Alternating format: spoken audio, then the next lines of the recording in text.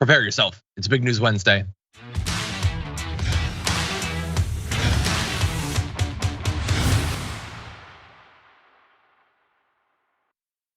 Welcome one and all to the Wednesday show. And no, I see the rumblings in the chat. I did not sabotage the watch list so that I would get the only Jayar appearance today. There were tech problems. Jayar, we're very glad to have you here. Sorry about the tech issues. It's very frustrating.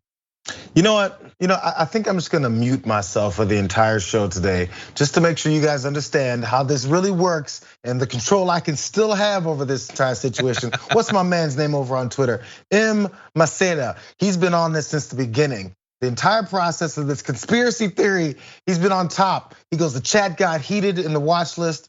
Then he went on to say that, you know what? He posts my tweet, everyone's upset. You know, you better bring it today, John. You better effing bring it. I might have to, just in case you get canceled again by the establishment like you did earlier today. And I think you gotta be ready to burn everything down when they strike back. You gotta burn this building down. But anyway, well, hey, don't worry. We might not be canceled, but apparently there's sync issues. So that's fun. Anyway, what people should understand about the tech issues is the thing that makes it so frustrating for everyone on the team is almost all of the tech issues that we occasionally suffer from, it's nobody's fault. Like it's not like somebody flipped a switch they weren't supposed to or forgot to do. It's a lot of things that are supposed to interlock, and what are you gonna do? So anyway, I know everyone is doing everything they can to get everything working, and They are, and it has to be them because I don't understand literally any of the words they use when they talk about this stuff. So anyway, what we're gonna do today is we're gonna deliver a fun and informative show for the first time ever. Anyway, I know we got a lot of great stuff that we're gonna be talking about through the course of the show, whether it's just the first hour that you watch or the full show with the aftermath. And if you are on the podcast and linear platforms, remember, there is the aftermath, extra content that you can view if you go to YouTube after the fact. And if you are on the podcast, please rate and review us on Apple Podcasts. But anyway, in advance of all that, if you wouldn't mind hitting the like button and sharing the stream, that would be great. And you can send us any comments, tweets, or super chats, and we'll respond as we go. But with all that said, Jayar, you wanna start the show? Let's do it, brother. Let's start off with something kind of fun with this. As they've been saying, something is better somewhere else.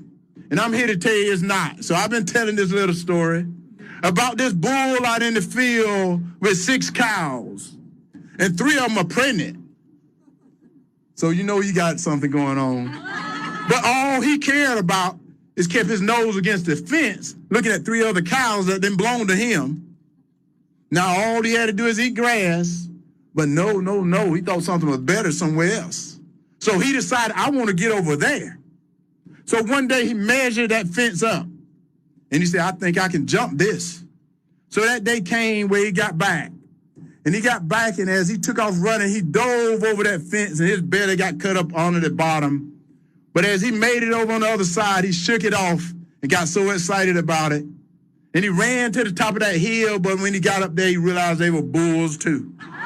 So what I'm telling you, don't think something is better somewhere else.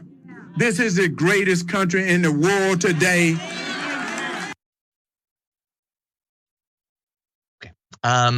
I would like to give credit to Herschel Walker for mostly getting through that. It was rambling nonsense, but it didn't include any clear lies. He didn't claim that he's been a cow for 7 years or that he managed ranches or anything like that. There were no huge lies. So that's good. The issue was that leaves us with the actual story and the metaphor that it's intended to represent. And there are some issues with it.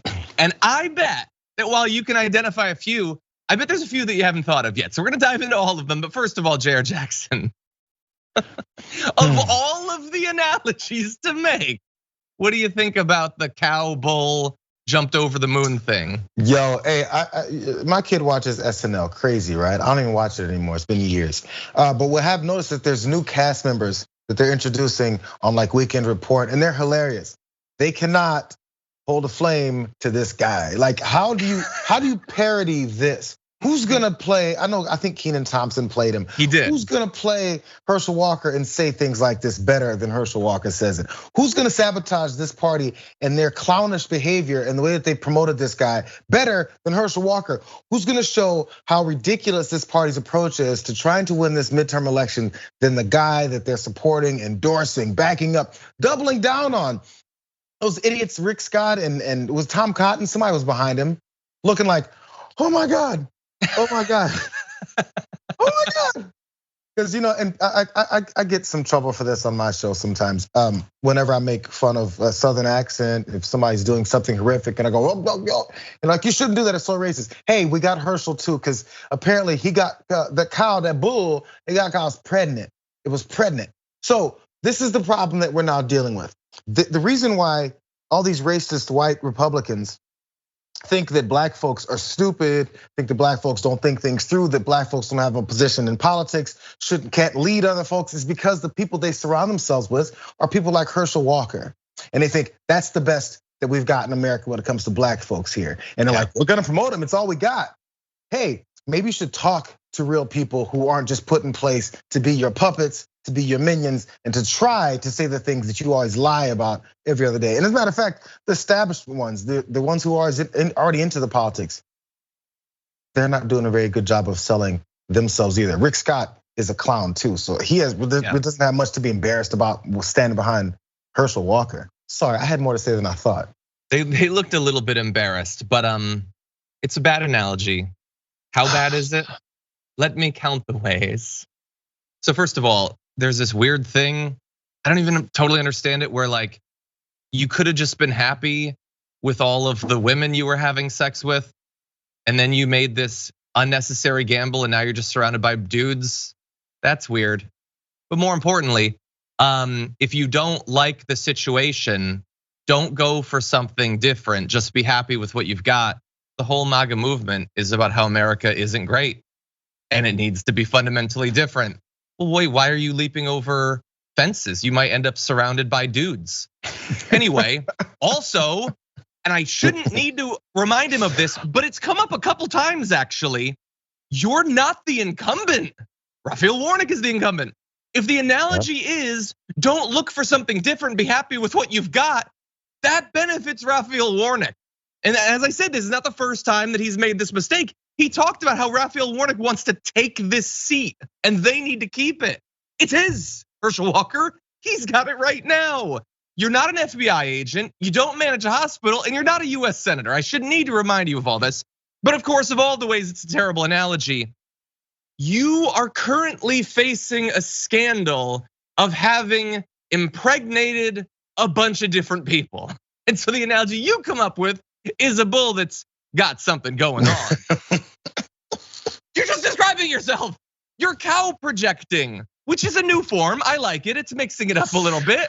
But could you not have come up with a different analogy? And then of course, this is a bit of a more old school reference or whatever, but it made a lot of people think of Tommy Boy and his story about how if you want to know what a T-bone's like, you could stick your head up a cow, but I'd rather just take the butcher's word for it, and how he couldn't get it out for the whole movie until the end, spoiler alert.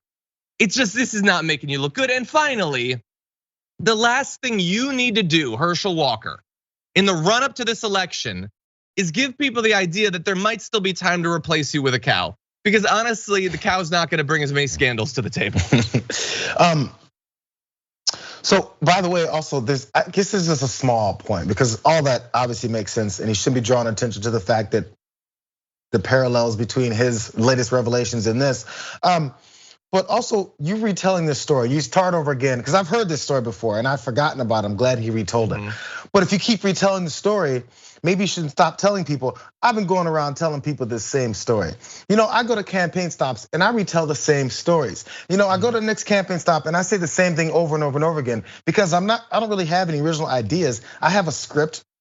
I have things that I'm following that I'm supposed to say just so I can act like I'm an actionable figure who's looking to do something for you in your lives. Just there's every aspect of this campaign. I think Jackson White said it last week before on mine. He said this campaign's run horribly already. Like it can't get much worse. Like there's no aspects of this that are being done correctly. So who's still following this? Yeah, 100%. Nothing. Yeah, I hate analogies like this. Like that, look, either you have a point to make or you don't. Cloaking it in animals like is not necessarily superior, okay? And I say that as a guy who's written books about magical animals or whatever.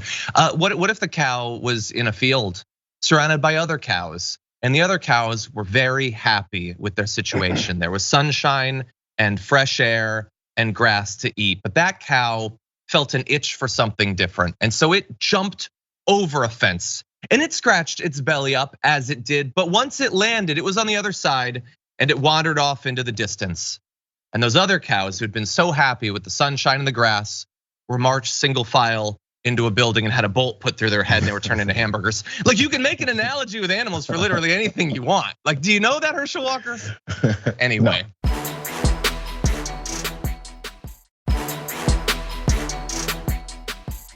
With that said, that was just a fun little way to start the show. We need to dive into slightly more important stuff. So why don't we do that now?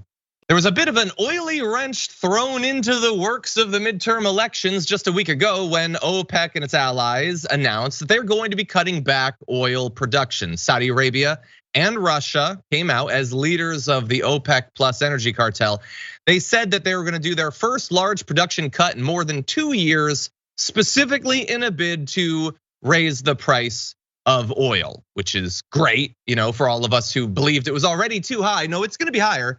They're going to cut 2 million barrels a day, which represents about 2% of global oil production. Now, in theory, that should result in a price increase of something like 2%. But we know how price gouging works. That's not how it's going to work. Prices are going to go up much more than that. Now, in response to that, Joe Biden and his staff announced that he'd be reevaluating the entire relationship with Saudi Arabia and expressed openness to retaliatory measures offered by congressional Democrats, such as curbing arms sales or permitting legal action against the cartel. So that was their initial response. Now, that was what they said publicly. Behind the scenes, they were apparently working with Saudi Arabia to try to avoid this. Well, now let's fast forward to this week. And what's the status of this? Well, Joe Biden told Jake Tapper in an interview that just came out last night, there's going to be some consequences for what they've done with Russia. The president didn't say what his options are or what timetable they'd be working with. He said, I'm not gonna get into what I'd consider and what I have in mind, but there will be consequences. And considering how consequential this entire topic is, I find it frustrating that we don't know.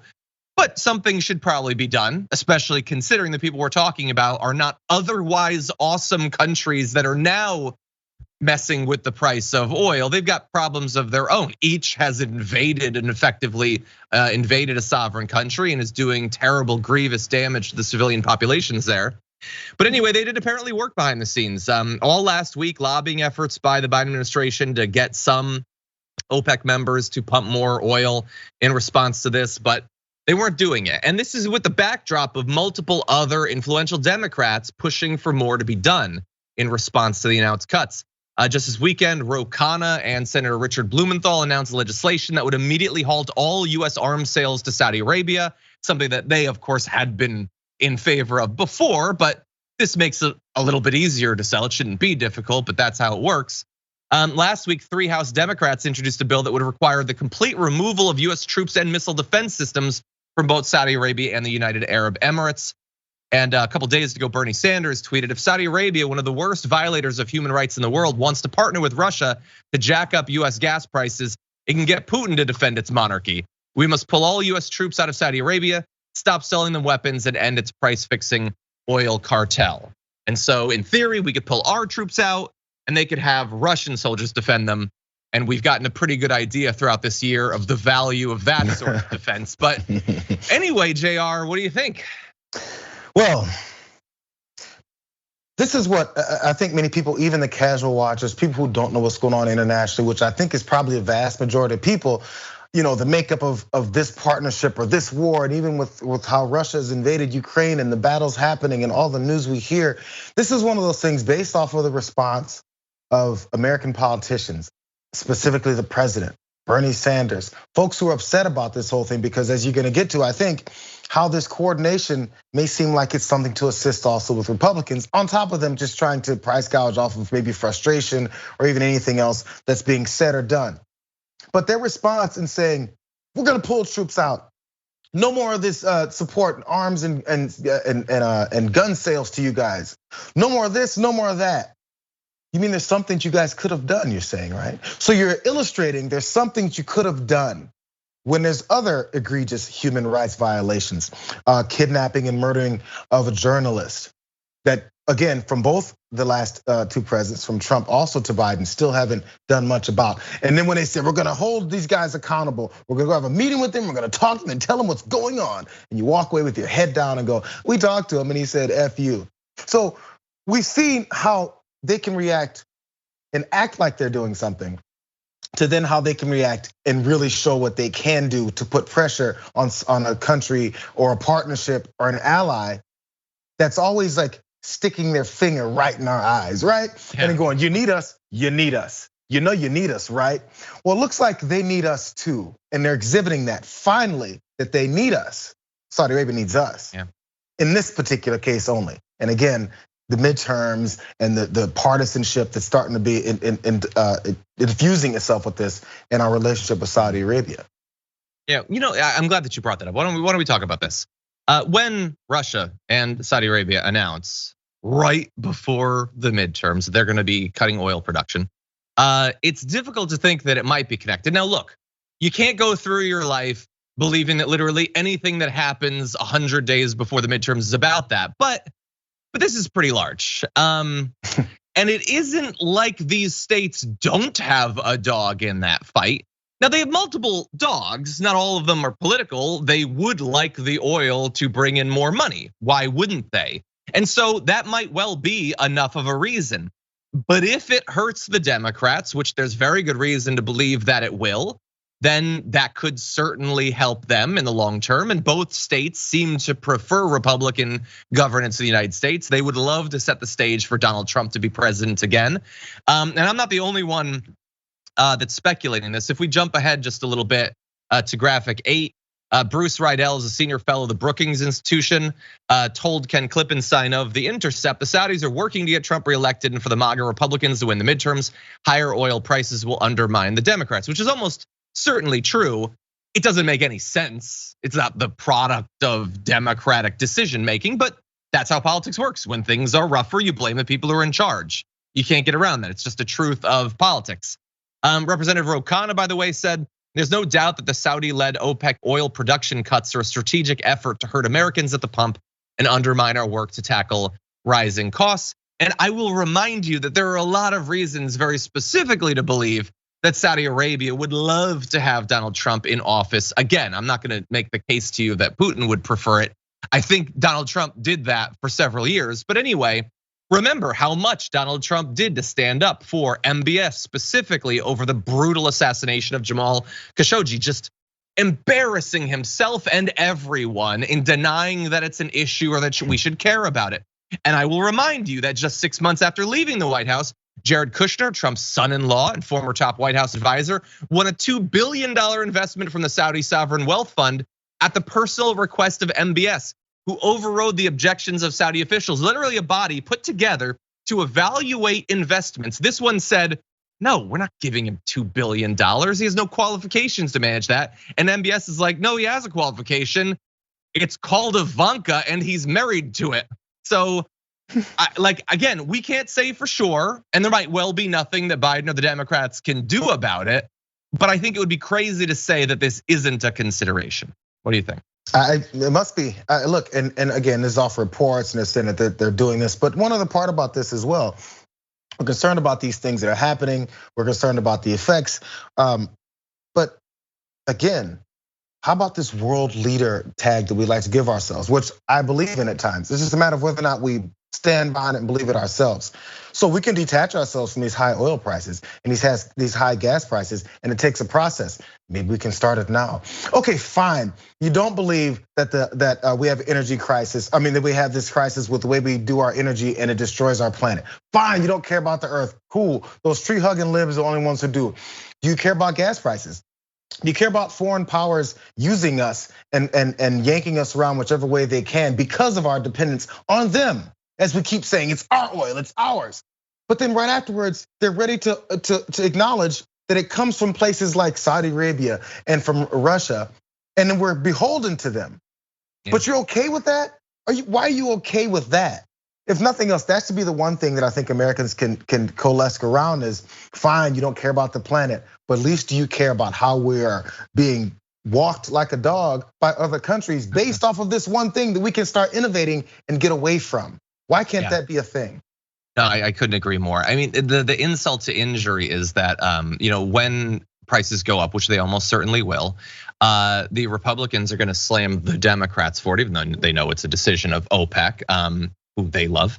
They're not going to do anything to stop price gouging from oil companies. They've already voted against it. They're going to do literally nothing. Sean Hannity did a rant about how Biden shouldn't release any of the strategic reserve of oil, which is what every president does when prices go up. It's one thing you can instantly do to help a little bit.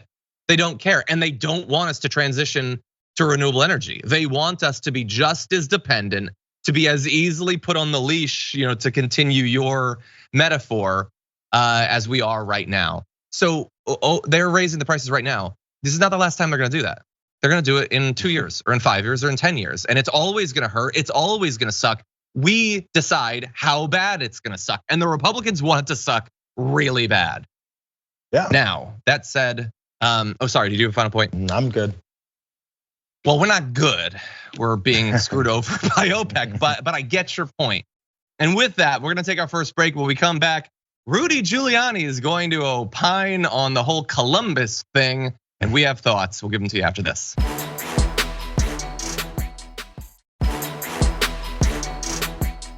Okay, everybody, let's get wild.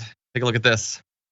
The way to do that, you go read Karl Marx, kill the hero. Well, Columbus is probably the first hero. And there's no evidence that he did any of these things. In fact, most of the atrocities they're talking about occurred 30 years after he left. If anything, he was benevolent. He tried very, very hard to avoid the wars that went on. But I mean, look, the people he brought over with him, they weren't saints, they were soldiers. But the people there were living in the third world, including a third world of violence where they scalped each other and killed each other and raped each other. And this wasn't a civilization they came to. This was a third, fourth world country. They had no idea of what they were facing. Columbus did everything he could to control it. It got out of control 40 years later, and he's being blamed for it. I mean, this history is like only 10 years old. Okay, so do you know how you can tell that he doesn't actually have a lot of faith in his argument that Christopher Columbus didn't do any of the things they say he did, and it only got out of control 40 years later? When he immediately transitions to saying, they're wild savages anyway. They barely had a civilization. I mean, they only really knew violence. You don't have to justify the violence if the violence didn't happen, and you seem to clearly think that it did. And for once, Rudy Giuliani, you're onto something, because it very much did. In a minute, we're going to do what we do every year. I feel it's my obligation as an Italian American, is to remind you of all of the many varied, horrendous things that Christopher Columbus personally presided over, that not only do we have a great understanding of because of modern day historians, but also we have contemporaneous accounts from his actual subordinates. So we're gonna give you all that in a minute. But Jayar, what did you think about Rudy Giuliani jumping into the apologizing for genocide business? What is it that they're trying to sell? Like, why is this every year? We understand what people who are looking to support of indigenous folks are pushing. That's normalcy, that's recognition, that's truth, that's actual history. That stuff for some reason is seen as like, how dare they? But when you push BS like this that has nothing to do with reality, he says there's no evidence of it, which I'm sure you're gonna get to. There's no evidence of Christopher Columbus pulling off these massacres. What the hell are you looking for? What, TikTok videos or Instagram? You looking for somebody filming body cam? What are you looking for from Christopher Columbus coming over to a country or land where he decided to massacre people and treat them the way that he did? What's your evidence based on that you said doesn't exist? Like this again. Well, there is evidence, Jayar. Yeah, but it's there's the no evidence in your videos, gut John. of I would prefer not to believe it. Is that not evidence in a way? Except it's evidence for them because again, they are the purveyors, they are the guardians of truth and evidence. If they don't like it, it's no longer truth. We're not including it in our education. It's not actually in history books anymore. It's what we want. That's the whole basis for this white privilege, this white superiority that they think they have. Why is it that your truth is the truth when other folks are like, this is the lived experiences here? But last thing, just on his initial comments, it was a third and fourth world country, savages, uncivilized, all that stuff that they like to say has all those same dog whistles that we've always heard. But since we're talking about third and fourth world countries, have you taken a glimpse down in Mississippi? Have you taken a glimpse down in the southeast of the country where whenever hurricanes do destroy communities and kill people and leave them without food, water, power, anything for months, years? What's the situation in Mississippi in the water? Is that a third world country situation? The fact that we can talk about and boast how great the country is. We're the best in the world. We're first world country. F you and your third and fourth world people, you're savages down there. The degree to which you care about your country is based on the people who have it the worst. So you're proud that America has these people who live in palatial castles, but then folks who literally can't get water to feed and drink and bathe in. That's the basis for our great first world country. It's as good as the worst parts of it. It is all just, we believe that we need to believe the mythology of how America was founded. They do not care how it was actually founded. Let's be very clear about that. And to the extent that they do discover how it was founded, they're perfectly fine with. They don't care. But they need to believe that everything was great and everything was divine, because when you are personally mediocre, you need to stand on an artificially constructed edifice of your own grandiosity. Like, I don't need to be great because we're great. We've always been great. God smiles upon us. So it doesn't matter if I personally suck. It doesn't matter if the greatest thing that I've done in the last couple of years is stand in front of a landscaping company and sweat myself silly. I am one of the greats and I stand on the shoulders of giants I made up in my own mind. But that's the mythology. Let's turn now to what's true. Let's talk about Christopher Columbus and what he got up to. We do this pretty much every year because it's an important thing that people know who these historic figures are. Columbus forced natives in the lands that he discovered, which he of course didn't discover. People had been there for thousands of years and it wasn't even continental America, but whatever. He forced the natives to work in gold mines until exhaustion. Those who opposed were beheaded or had their ears cut off. In the provinces of Cacao, all persons over 14 had to supply at least a thimble of gold dust every 3 months and were given copper necklaces as proof of their compliance. Those who did not fulfill their obligation had their hands cut off, which were tied around their necks while they bled to death. Some 10,000 natives died in this very specific way. That's not all the natives who died. That's just the natives who died from blood loss from having their hands cut off. In addition to putting them to work as slaves in gold mines, he also sold sex slaves to his own men, some as young as 9. Hashtag save the children. Columbus and his men also raided villages for sex and sport. One of his shipmates, Miguel Cunillo, took a teenage Caribbean girl as a gift from Columbus, and when she resisted him, he thrashed her mercilessly and raped her. That is not the words of some modern day wokester saying that happened. That's from a guy who was on the mission, writing a diary day by day of the atrocities that he saw. We know that is true.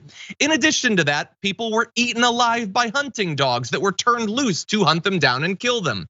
Many others of these, described in the journal as red human beings, were buried alive. And if Columbus's crew ran out of meat for their vicious dogs, they threw Arawak babies to them as dog food.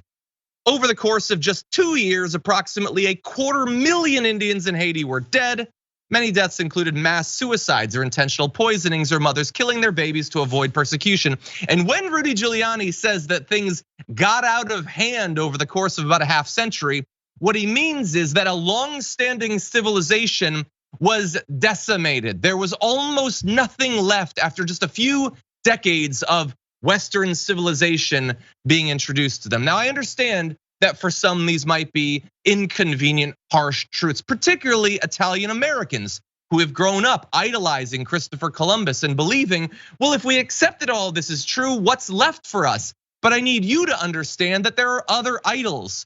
For instance, Frank Sinatra, great Italian American. Did you know that Jason Biggs was Italian American? I didn't know that, but he was. John Travolta, that's a bit of a mixed bag, but he had some good movies. Al Pacino. And that's not even getting into Mario, Luigi, or indeed Wario, who I think is still Italian American. There are other heroes that you can look up to which did not sell 9-year-old girls into sexual slavery.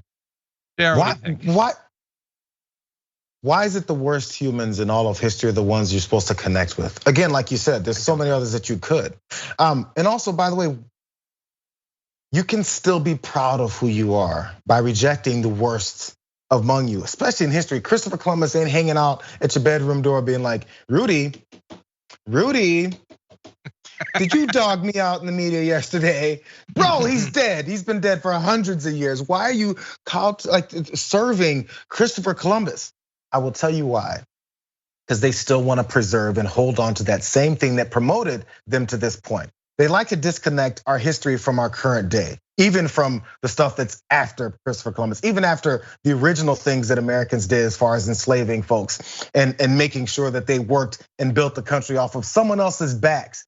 All that stuff has to continue to be subdued, quiet, or even just ignored, told not to even be talked about, because it still connects to what we've got today.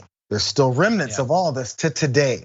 If you start acknowledging the horrors and the ways that things were done back then, you'd have to connect it to how our civilization has made it to this point from that point. And people will start saying, well, there's some aspects of our civilization that still hold on to these types of beliefs and approaches to our society. And then they'd have to change it. So you have to hold on to the horrors and cover up the murders and the massacres and the things that they've done to folks in order to continue to allow it to happen now, just in a lesser scale or a different way or hidden much better. Those are great points. I'm gonna add one more. Ralph Macchio. Somebody told me in the chat that he's Italian. That's not, you're gonna tell me that anything Christopher Columbus did stands up to the amazing seasons of Cobra Kai that we've had with Ralph Macchio? Nothing. By the way, we're gonna move on just one sec, but I posted about how frustrated I am about like Doug Mastriano, like lauding Christopher Columbus.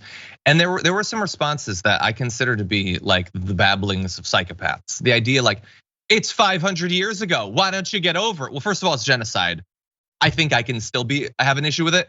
Also, you're still lauding him. Like, what do you mean? The bad stuff drops off like it's your credit score or something, but the good stuff remains? Second of all, one was like, yeah, without him, you'd have never been born. Dude, have you looked up the butterfly effect? If not for everything, I wouldn't have been born. That's how the world works. It's a complex place. Also, he didn't discover the place. Like, can we be clear about that? There had been a civilization for thousands of years. And honestly, if you believe that if he hadn't gone there, no European would have ended up in the US other than him, it would have just been 500 years of nobody going west. And that would have been it. Like, seriously, you're a maniac.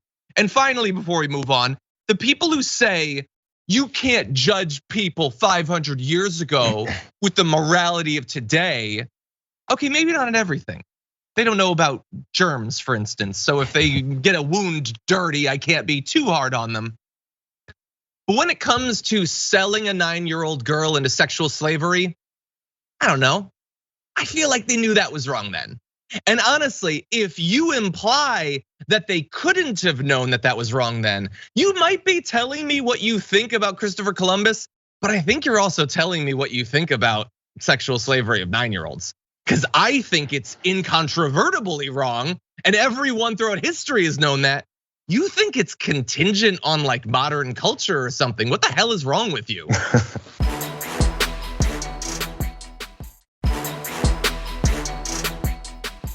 Anyway, with that said, let's turn now. I was thinking maybe we'd transition to something rational, but we won't.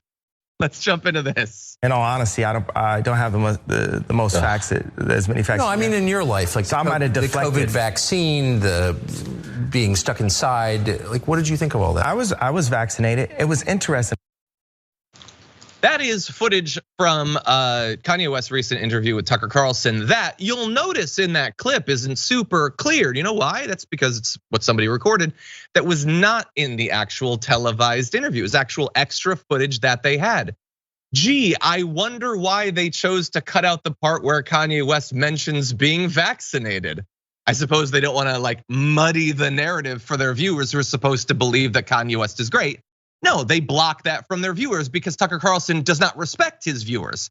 Kanye saying that he's vaccinated, you don't get to see that. No, Kanye West's anti-Semitic tweets, he's not gonna mention that when he does his own show. Isn't it interesting how that works? But then there's some other stuff that came up in that leaked footage that I can sort of understand perhaps why they didn't want to air. Take a look at this.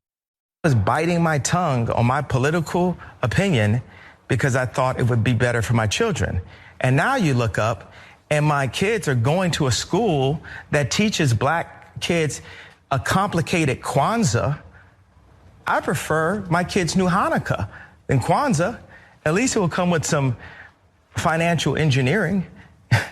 Kwanzaa doesn't, so they don't teach even Christmas itself, Christ Mass. I absolutely love that clip because I want you to put yourself in the position of Tucker Carlson and his production team.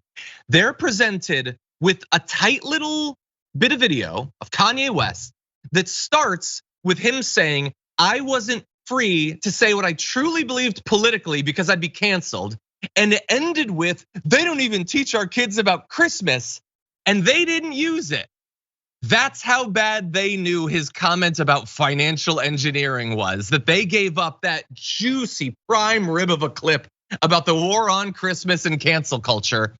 He said he wants his kids to learn about a Jewish holiday so they can learn about financial engineering. That is, as I've mentioned before, a dog whistle that dog-like creatures in Alpha Centauri can hear. I don't know how you can make a bigger anti-Semitic comment than that, Jayar. I mean, we've always kind of seen it and we've always kind of known it. But that's the thing, like the more and more they keep digging for more of these folks to agree with them, because we know how many conservatives, especially people like Tucker Carlson, feel about other cultures, Jewish folks specifically. So they like to hide it, but we're talking dog whistles. They have to hide the actual shouts. So when someone shouts out the N-word, we can't show it because as long as a racist, we don't hear them saying the N-word on camera, means it never happened, means he's not really a racist. So apparently not really anti-Semitic, as long as Tucker Carlson and his producers leave it all on the cutting room floor to make sure nobody sees it.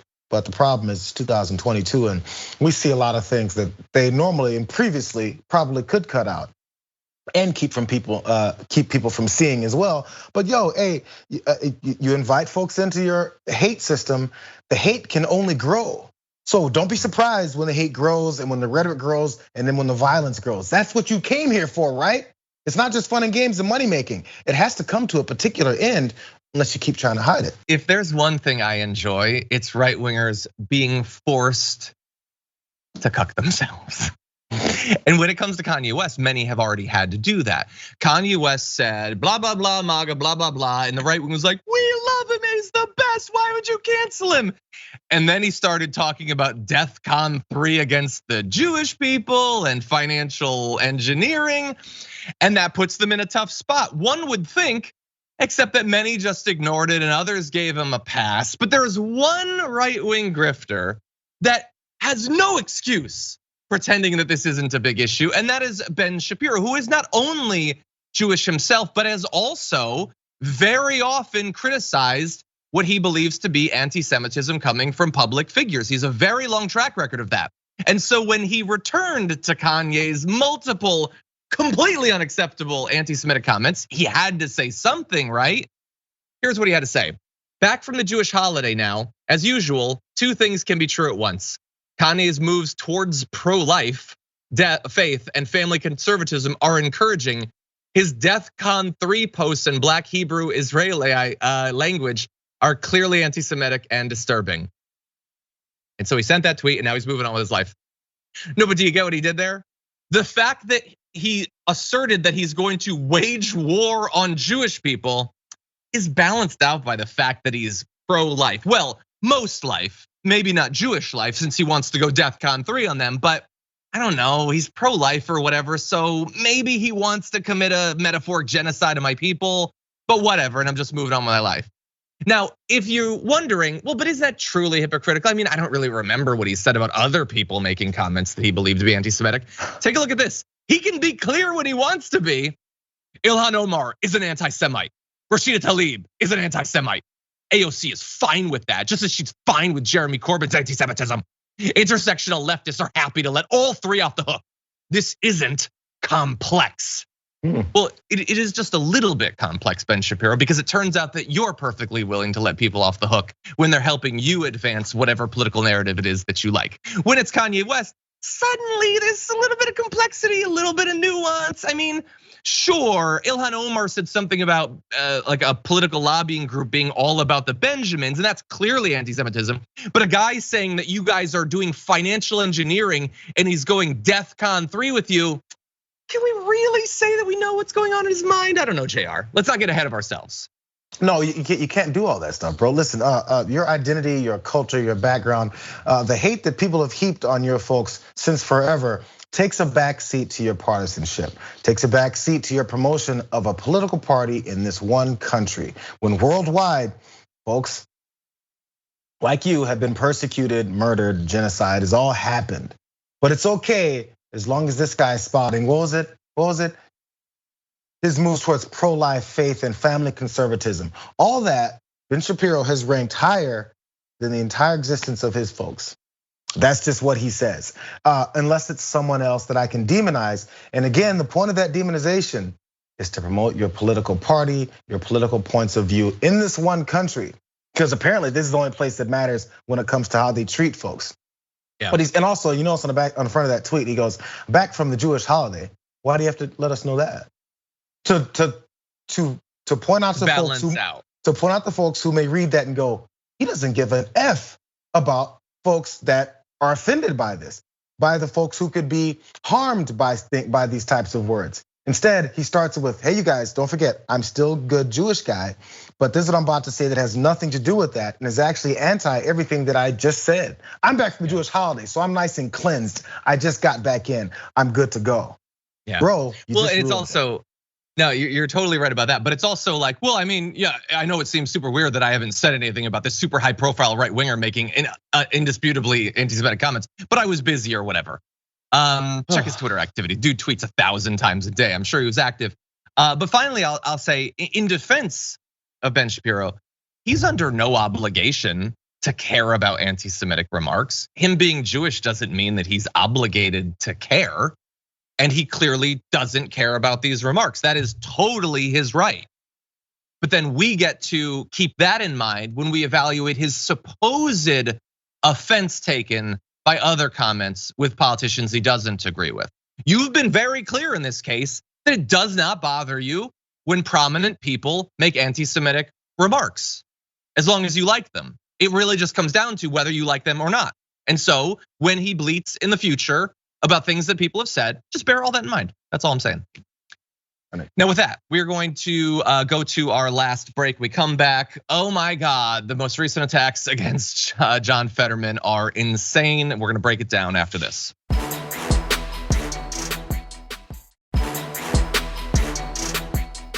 John Fetterman is a different sort of politician, and so the political establishment, a lot of the Democrats in leadership, as well as the media, is gonna have an issue with that. And they have for a very long time, picking apart things like his clothing or trying to both sides scandals or whatever. Take a look at this from NBC News, written by Chuck Todd in part. Fetterman, Walker face political challenges outside of the overall environment. Oh, so I guess it's the same thing. I guess they're facing similar things. I guess Fetterman must have done something akin to claiming to have graduated at the top of his class and been an FBI agent and run hospitals and had multiple secret children and held guns to the heads of his domestic partners. It's probably the same thing. But that's the sort of general stuff, non-specific, that they do to undercut politicians they don't personally support. Sometimes, though, they go a bit too far. And we're gonna break down how that happened. Ed O'Keefe is the CBS News senior White House and political correspondent. And he tweeted about a recent Fetterman interview, an important interview with top Senate contender. Will Pennsylvanians be comfortable with someone representing them who had to conduct a TV interview this way? What way, are you wondering?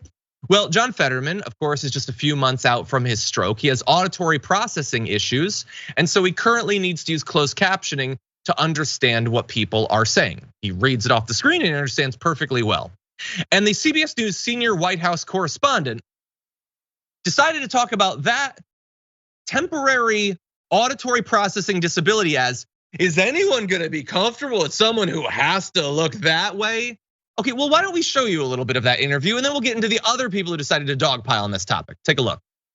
I'll hear someone speaking, but sometimes I'll be able to be precise on what exactly that they're saying. I use captioning. His campaign required that he be allowed to use a transcription program on his computer during our interview. I always thought I was pretty empathetic, emphatic. I think I was very, empathetic. That's an example of the stroke, empathetic. I always thought I was very empathetic before having a stroke. But now after having that stroke, I really understand, much more kind of the challenges that Americans have day in and day out. Okay, so he had a little bit of trouble coming up with the right word, but once he had the right word, he was 100% lucid. And he actually demonstrated empathy, which isn't anything that the media seems to care about or require in politicians. But just saying like, I don't know, are people gonna be comfortable? That wasn't enough. They had to go further. So Josh Kraushaar, who's the senior political correspondent at Axios, tweeted out, NBC News' Dasha Burns, in small talk before my interview with Fetterman, it wasn't clear he understood what I was saying. And you might see that tweet and say, well, wait, why is that in brackets? Well, it's because in brackets, because the actual quote is they use closed captioning technology for this interview to essentially read our questions as we ask them. And Lester, in small talk before the interview without captioning, it wasn't clear he was understanding our conversation. The head political guy at Axios decided, he just chose, I'm gonna take out the without captioning part because I'm not happy to just have you understand that he needs to read it rather than hear it. I'm gonna try to make you think that he just can't understand what's happening around him. And this guy decided, rather than to apologize after he was caught doing that, not only smearing Fetterman, but implying in doing so that no one with disabilities should hold public office. Anyone who might be deaf, for instance, and literally can't understand spoken text. Someone who needs to read, someone who might be blind. No, we shouldn't be comfortable with you being in office. Rather than simply apologizing for the comments that he made, he has been on a retweeting spree, retweeting anyone, no matter how foul, who implies that, yeah, no, we should really be worried about Fetterman. He retweeted this thing about the Twitter blow up and about whether it's okay to discuss Fetterman's health is that it doesn't matter with something like this. The debate will happen and people will judge for themselves regardless of online discourse.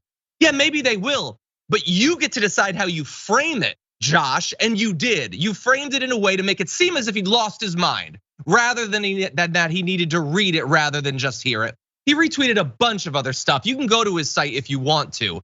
But this is how an outsider candidate is being approached by the media. When suffering from the sort of disability that affects literally millions of Americans, they're gonna imply that he's insane or that he's mentally incompetent.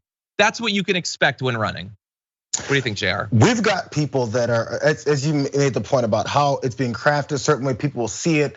And because there's this weird, who knows if it's a partisan thing or if it's a matter of saying, I need to make it fair. That was the connection with the Herschel Walker thing and the Fetterman thing. They both got issues because they're afraid of maybe the criticism from people who said, our candidates all suck. Why are you guys over here praising these guys who aren't doing anything horrible? So you have to find something. And outside of that, it's talking about disabilities. Yet We have Tommy Tuberville, the disability of extreme racism.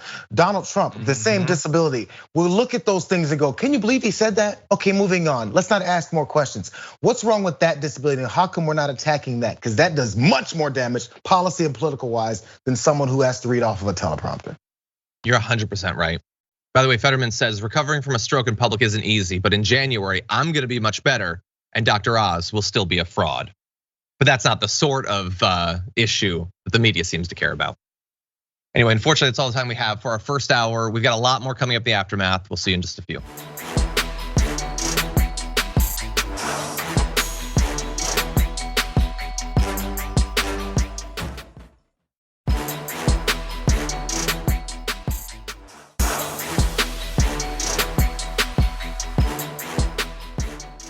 Thanks for listening to the full episode of The Damage Report. Support our work, listen ad-free, access members-only bonus content, and more by subscribing to Apple Podcasts at apple.co/TYT. I'm your host, John Adarola. I'll see you soon.